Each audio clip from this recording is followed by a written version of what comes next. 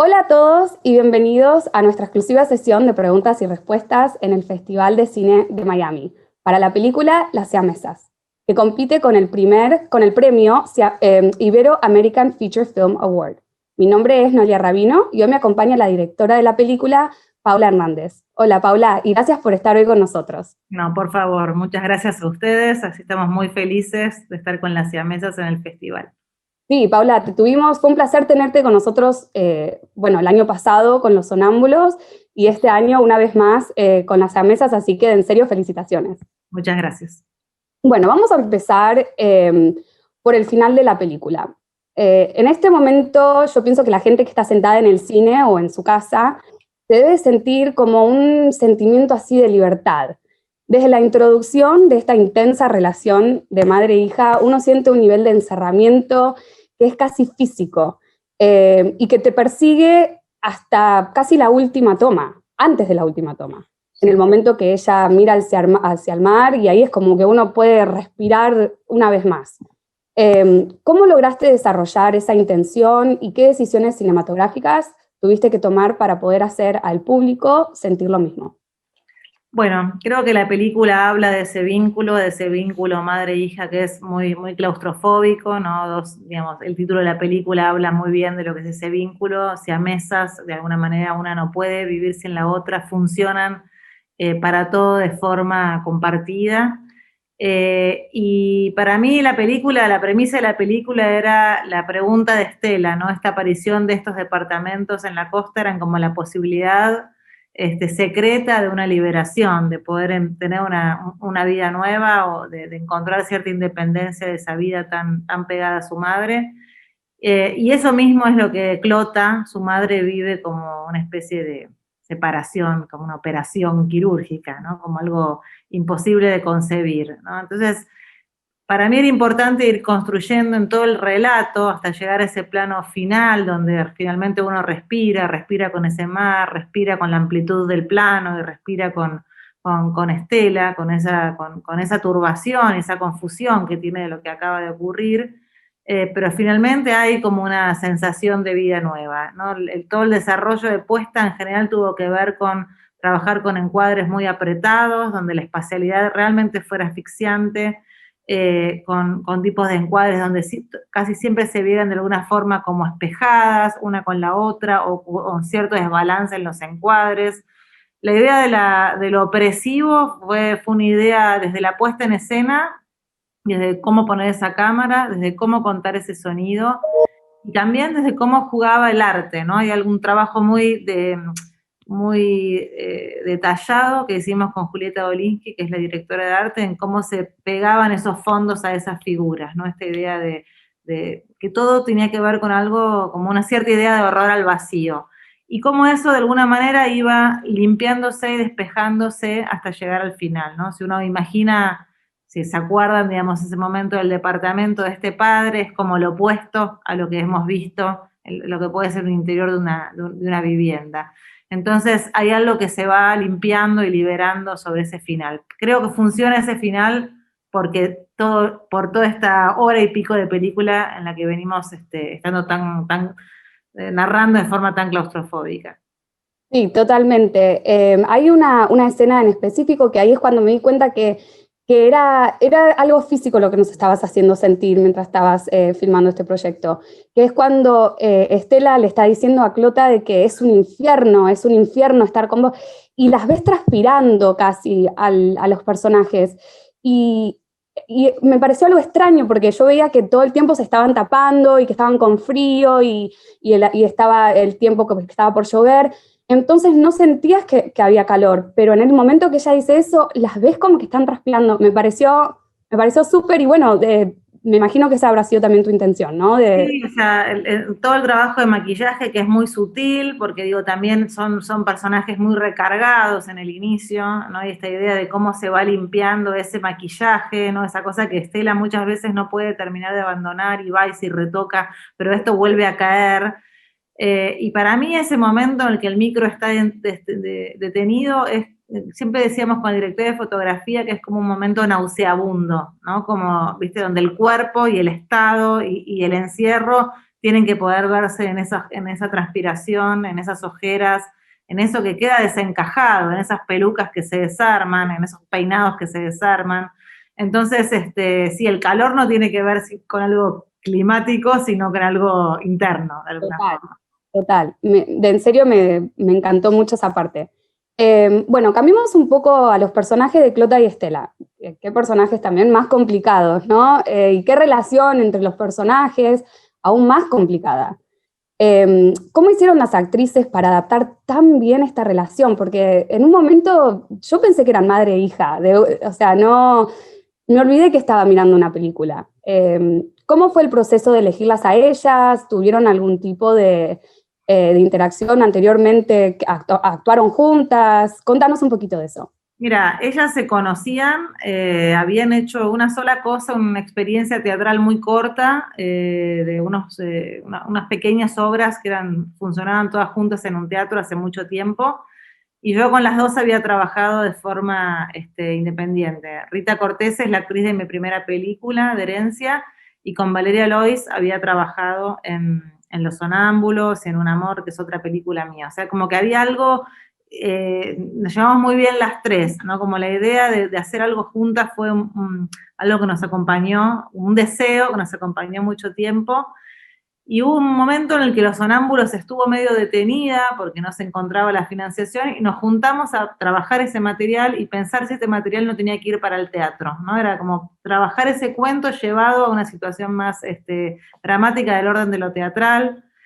Ensayamos unos meses y no encontramos la vuelta, pero sí nos quedó como algo de ese universo y de ese vínculo de esas dos mujeres que yo decidí finalmente trabajar, hacer un primer tratamiento para ver si era viable una película. Entonces hubo como un trabajo anterior a que La Siamesa fuera película, que tuvo que ver con esas lecturas del cuento y con la posibilidad de llevarlo a otro universo. Y después ya el guión, el cuento de Guillermo Sacomano es un cuento que está muy centrado en los dos personajes, tiene obviamente otras cuestiones, no abre el mundo a los choferes y a otras cosas que ya son más ni el final es el mismo, digamos, ¿no? Pero sí hay algo de ese universo que estaba muy bien contado y que en ese sentido fue un trabajo muy placentero y fácil de llevar a una escritura de guión. Y después fue encontrarnos, leer las escenas, trabajé mucho con fotografía que a mí me interesaban, de Martin Parr y de Adriana Lestido, que es una fotógrafa argentina, que para mí contaban muy bien esos universos a los que yo me quería remitir. Y fue un trabajo, conjunto, que se fue dando de manera muy pausada. La película estuvo muy entrecortada también por el desarrollo de Los Sonámbulos, o sea, yo viajaba a un festival, volvía, ensayaba con ellas, estrenaba la película, volvía, trabajaba con ellas, pero eso que fue tan largo, finalmente fue encontrando una forma también. Y yo creo que llegamos a rodaje con mucha claridad sobre ese universo que teníamos que contar, ¿no? Había algo muy, muy simbiótico que lográbamos de esto que se ve en la película. Por momentos uno las veía fuera del set y parecía una madre y una hija también, ¿no? Peleas absurdas de motorhome que eran de madre e hija. No, la verdad que se siente que hubo una armonía en este proyecto y a pesar de que es una película que es lo opuesto a armonía, se siente que entre ustedes hubo ese tipo de conexión. Sí. Ahora, hablando de los personajes y hablando del tercer personaje, que bueno, durante toda la película más bien estuvimos con Clota y Estela, pero vos introducís a Primo, que es el chofer del micro, que parece que estuviera ahí como para aliviar un poco la fricción que hay entre Estela y Clota. Pero también una parte que, bueno, a mí me saltó un poco, una parte como para dar a conocer un nivel de racismo que también, que sigue habiendo en Argentina y bueno, en muchos países de Latinoamérica. ¿Cuál fue la razón detrás de vos de introducir a este tercer personaje que en sí en el cuento original no estaba? Mira, es interesante la pregunta. A mí la aparición del personaje de Primo, y además que fue una figura masculina, me interesaba porque era, bueno, era la idea de la amenaza, ¿no? Como en principio, no solo el departamento, ¿no? Sino tenía que ver con cómo son vividos los hombres para esta mujer y qué es lo que esa mujer transmitió a su hija sobre el universo masculino, ¿no? Y entonces la figura de Primo viene a funcionar como un elemento que puede romper, más allá de contener ciertas cuestiones que tienen que ver con Estela en la película, tiene que ver con la idea de la amenaza, el que funciona como alguien que puede separar a este vínculo de estas dos mujeres. Y al mismo tiempo también creo que destila un tipo de pensamiento racista, prejuicioso, clasista, que tiene el personaje de Clota, que creo que hay personas que son así, hombres y mujeres, en donde todo está tamizado por una mirada oscura y que produce una encerrona muy grande, ¿no? Porque no hay posibilidades de que la vida sea otra, digamos, que si no corresponde a tu propio punto de vista, no hay universo posible. Y me parecía interesante que justamente con quien Estela pudiera abrir esa brecha tuviera que ver con alguien diferente a Clota, que tuviera otro color de piel, otra forma de ser, otro universo, que perteneciera realmente a otro mundo y que eso tuviera una nobleza y una belleza muchísimo más grande que lo que tenía su madre, ¿no? Entonces tenía que ver un poco como con esa idea del personaje. Había otras escenas que finalmente dejamos fuera, en donde estaba muy subrayado su racismo, y después me pareció que no hacía falta, que con lo que se verbalizaba del pasado y con lo que veíamos en ese contexto era suficiente. Sí, no, la verdad que, bueno, yo personalmente aprecio mucho la introducción de ese personaje, porque sí destacó algo que, bueno, que sigue pasando, como estamos hablando, ¿no? Y que enganchó bien con el personaje de Clota, porque como ella era complicada consigo misma, se notaba que era complicada con todo el mundo. Y bueno, hay una escena que también a mí me pareció interesante y no sé, como un poco juguetona. Es la escena de cuando está Estela sentada con Clota en ese, como En que el parador, sí, en el parador, sí. sí, en el parador. Y En las burbujas. sí, se mira con la chica, con la nena y empieza a hacer burbujas. Eso es algo que, bueno, yo personalmente amaba hacer burbujas desde chiquita y me pareció tan real y algo tan juguetón que, okay, ¿por qué decidiste poner esa escena? En principio me parecía que era importante, digo, en todo este vínculo, ¿no? Digo, que esta película habla sobre el encierro y sobre la imposibilidad de separarse, pero también hubo momentos en los donde aparecen cuestiones de la historia de Clota, y digo, no para perdonar, o cuestiones que tienen que ver con el presente del personaje, pero que sí que hubo momentos de dificultad y de dolor en su propia historia, y que posiblemente algo de todo eso fue marcando, ¿no? Y minando ese vínculo con su hija. Pero también la historia habla sobre un amor, y sobre un amor descarrilado, y sobre cosas que se van perdiendo en toda esta montaña de oscuridades que van viviendo. Y me gustaba poder rescatar estos momentos luminosos de Estela, ¿no? Como que para Estela la vida también iba más allá de esa madre, y su deseo podía ser conectar con un niño, conectar con algo de su infancia, conectar con lo lúdico, como también conectar con Primo, conectar con otra geografía distinta de la ciudad en la que vive. Me parece que eran diferentes cosas que se fueron sembrando a lo largo de la película, que tenían que ver con eso. Y básicamente es una conexión con un momento feliz, con un momento de la infancia, ¿no? Como algo en donde todavía algo de ese daño quizás empieza a partir de ese momento, pero también puede recobrar algo de lo lúdico que puede tener Estela, de lo luminoso. Tenía que ver con eso. Sí, no, Y además esa niña es mi hija, entonces... Ay, qué bueno, mirá. No, la verdad que fue una escena muy linda, a mí me gustó mucho. Y después la otra cosa, bueno, que te quería preguntar es, como directora, ¿qué tipo de obstáculos tuviste cuando estuviste haciendo esta película? ¿Hubo alguna restricción en tiempo, en monetaria? Porque seguro que hay gente mirando esta película en este momento que están tratando de empezar a hacer una película y quieren un poquito de consejos. Así que... Mira, esta película justamente para mí fue un ejemplo de cómo se puede hacer con muy poco una película. Yo venía a hacer Los Sonámbulos, que es una película con muchos personajes, una estructura, bueno, vos la viste, más pesada, con coproducciones, eran 5 semanas de rodaje, y en medio de ese proceso de la película que yo estaba escribiendo Las Siamesas, dije, quiero hacer algo liviano en términos de producción, en términos de cantidad de días de rodaje, y es una película que fue escrita para poder filmarla en 15 días, fue una película que filmamos en 15 días, éramos 15 personas de equipo, y que fue rodada un año exacto después de Los Sonámbulos, solo con un dinero del Inca, y fue casi como salida de decir, quiero volver a una cosa más artesanal, en donde uno esté involucrado de otra manera en el proyecto, ¿no? Digo, volver a ver un sonidista que no necesitara su rack de sonido y que fuera con su equipo y su boom él solo, como si fuera un corto o un documental, eso trasladado a todo el equipo, fue una alegría. Fue como hacer una película con amigos, con gente que quiero y que respeto y admiro mucho, y fue una necesidad y un aire importante, ¿no? Saber que también podés hacer una película que si está bien pensada y bien organizada, podés hacer una película con poco también, que no siempre menos es que es menos. Muchas veces ese menos se convierte en un más en la película.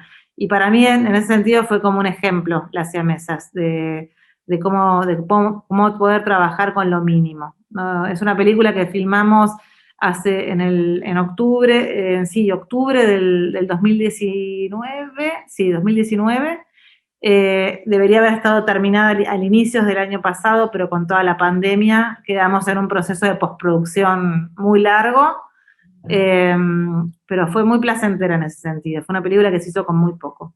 Bueno, eso es un lindo consejo para toda la gente que está en el público y que terminó de ver esta película, que es lindo saber que con poco se puede y se puede hacer algo lindo, algo importante y algo que deje un poco, ¿no?